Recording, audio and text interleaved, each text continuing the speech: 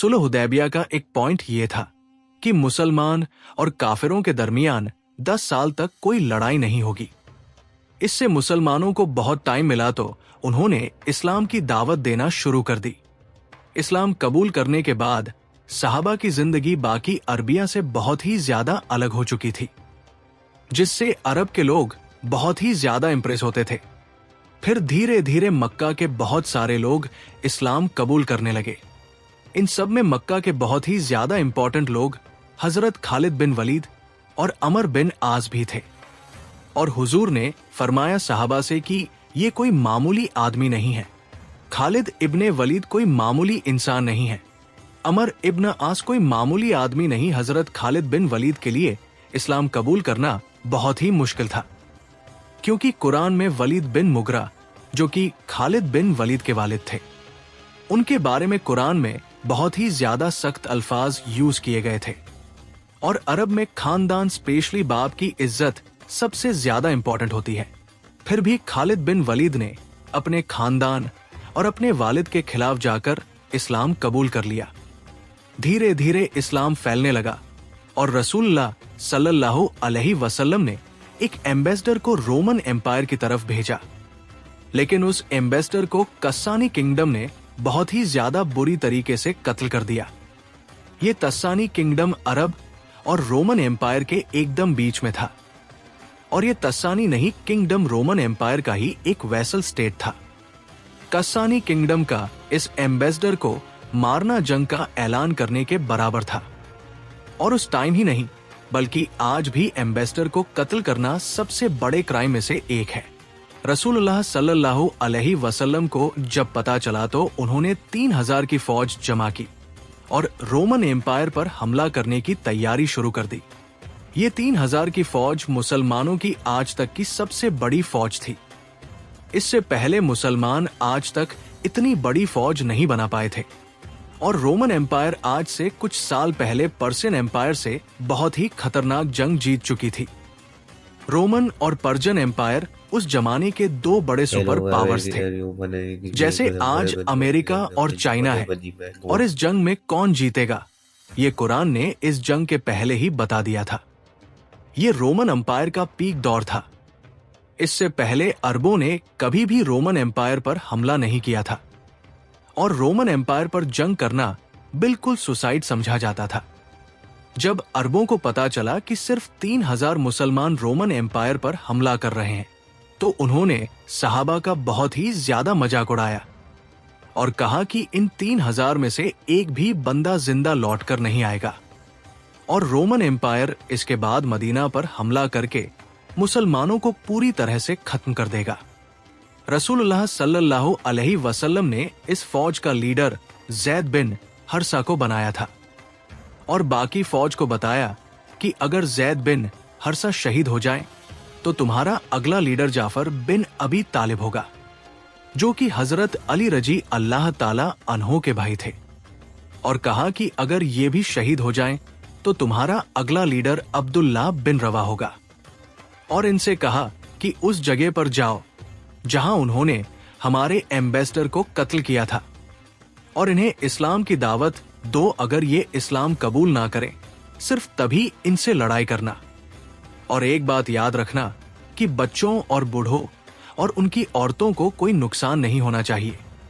मुसलमान 3000 की फौज लेकर रवाना हुए तो उन्हें पता चला कि रोमन 2 लाख की फौज लेकर मुसलमानों की तरफ रवाना हो चुके हैं।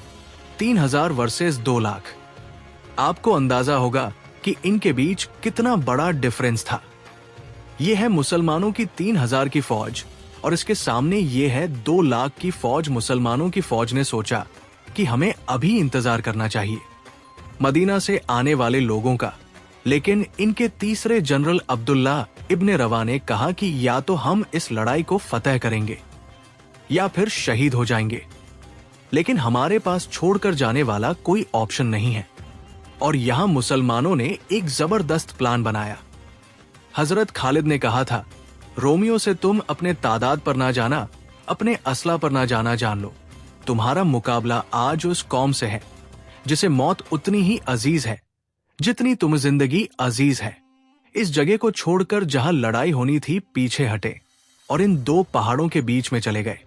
इसका फायदा ये हुआ कि अगर ये दो पहाड़ यहां पर नहीं होते तो रोमन्स मुसलमानों को चारों तरफ से घेर लेते और मुसलमानों को मार देते। लेकिन इन दो पहाड़ों की वजह से रोमन फौज चारों तरफ से फैलकर हमला नहीं कर सकती थी। इससे लड़ाई में इनके 2 लाख की फौज का इतना फायदा नहीं हुआ। दोनों फौजों ने हमला किया और लड़ाई शुरू हो गई। हजरत जैद बिन हरसा ने मुसलमानों की फौज का झंडा उठाया, लेकिन वो शहीद हो गए। रसूलुल्लाह सल्लल्लाहु अलैहि वसल्लम के ऑर्डर के मुताबिक मुसलमानों की फौज का झंडा उनके दूसरे लीडर जाफर बिन अबी तालिब ने उठाया, लेकिन जिस हाथ में उन्होंने झंडा पकड़ा था वो हाथ कट गया। फिर उन्होंने दूसरे हाथ में झंडा उठाया और उनका दूसरा हाथ भी कट गया और हजरत जाफर रजी अल्लाह ताला अन्हो शहीद हो गए।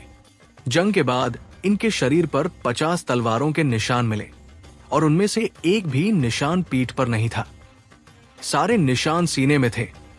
तो अब ऑर्डर के मुताबिक अब्दुल्ला बिन रवा इनके तीसरे लीडर बने और बहुत सख्त लड़ाई के बाद वो भी शहीद हो गए। फिर एक मुसलमान ने झंडा उठाया और जोर जोर से चिल्लाने लगा कि एक लीडर चूज कर, वरना हमारी पूरी फौज यहां पर खत्म हो जाएगी।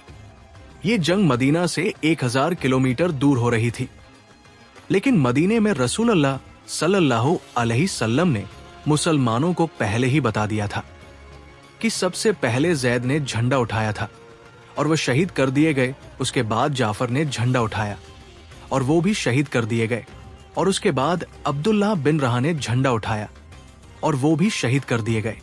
उसके बाद मुसलमानों ने सैफुल्लाह अल्लाह की तलवारों में से एक तलवार को अपना लीडर बना लिया, जिनका नाम था हजरत खालिद बिन वलीद। हजरत खालिद बिन वलीद अब तक एक आम सिपाही की तरह लड़ रहे थे और लड़ते लड़ते 9 तलवारें तोड़ चुके थे और ये मुसलमानों की तरफ से इनकी पहली जंग थी। तो मुसलमानों ने बिना किसी शक के अपना लीडर और जनरल बनाया।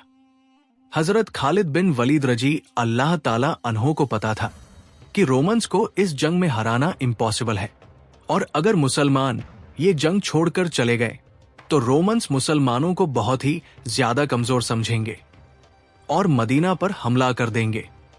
तो अब मुसलमानों को एक ऐसी गेम खेलनी थी कि मुसलमान मदीना वापस चले जाएं और रोमन्स इनको कमजोर ना समझे।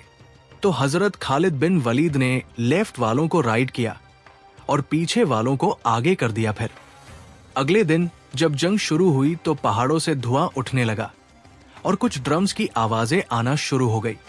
तो रोमन्स को लगा कि मदीना से मुसलमानों की मदद के लिए बहुत ही बड़ी फौज पहुंच चुकी है और मुसलमानों की फौज एक प्लान की तरह धीरे धीरे पीछे हटने लगी। वहां पर ऐसा लग रहा था कि मुसलमान चाहते हैं कि रोमन्स इनका पीछा करें और मुसलमान इनको चारों तरफ से घेर ले। तो रोमन्स ने समझा कि मुसलमान चाहते हैं कि हम इनका पीछा करें और ये हमें अपनी बड़ी फौज के साथ मार दे। तो रोमन्स ने ये सब देखकर मुसलमानों का पीछा नहीं किया और मुसलमानों की फौज वहां से आहिस्ता आहिस्ता पीछे हटकर मदीना पहुंच गई और मुसलमानों की फौज को रोमन्स के मुकाबले में बहुत ही ज्यादा कम नुकसान हुआ। तो हजरत खालिद इब्ने वलीद अब मैदान में आए।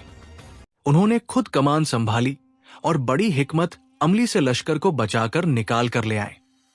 उसमें सिर्फ ये है कि 12 मुसलमान शहीद हुए, बाकी लश्कर बच निकल आया।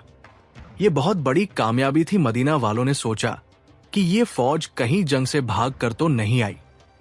तो मदीना वालों ने उस फौज को बहुत ही ज्यादा बुरा भला कहना शुरू कर दिया, लेकिन रसूलुल्लाह सल्लल्लाहु अलैहि वसल्लम ने कहा कि ये भाग कर नहीं आए, बल्कि ये हमारी मदद लेने के लिए आए हैं और बहुत जल्द हम रोम पर दोबारा हमला करेंगे। ये तो मुसलमानों और रोमन्स के दरमियान थी, लेकिन पूरा अरब इस लड़ाई को बहुत ही गौर से देख रहा था, क्योंकि पहली बार अरब ने उस सुपर पावर रोमन अंपायर को चैलेंज किया था। और जब उन्होंने देखा कि 2 लाख की फौज से लड़ने के लिए सिर्फ 3000 लोग गए और वापस भी आ गए, तो ये पूरी दुनिया की तारीख में बहुत ही ज्यादा इम्पॉसिबल काम हुआ था। इससे बाकी अरबिया के दिल में मुसलमानों के लिए इज्जत पैदा होने लगी और अरब के वो कबीले जो हर जंग में खंदक बदर और ओहद की जंग में इन सब में मुसलमानों के खिलाफ होते थे, वो जंगे मुता के बाद इस्लाम की तरफ आने लगे और मदीना की ये छोटी सी रियासत आहिस्ता आहिस्ता हर तरफ फैलने लगी। अब यहां पर कुछ हिस्टोरियंस कहते हैं कि रोमन एम्पायर जंग इसलिए हारी थी कि कुछ साल पहले पर्शियन एम्पायर से जंग के दौरान ये लोग बहुत ही ज्यादा कमजोर हो चुके थे। उस जंग में रोमन एम्पायर ने पूरी तरह तबाह बर्बाद कर दिया था। लेकिन उसी टाइम कुरान के सूरह रोम में कहा गया था कि ये जंग पर्शियन नहीं बल्कि रोमन्स जीतेंगे। और ये भी बहुत ही ज्यादा इंटरेस्टिंग स्टोरी है, तो सब्सक्राइब अदीब सिद्दीकी।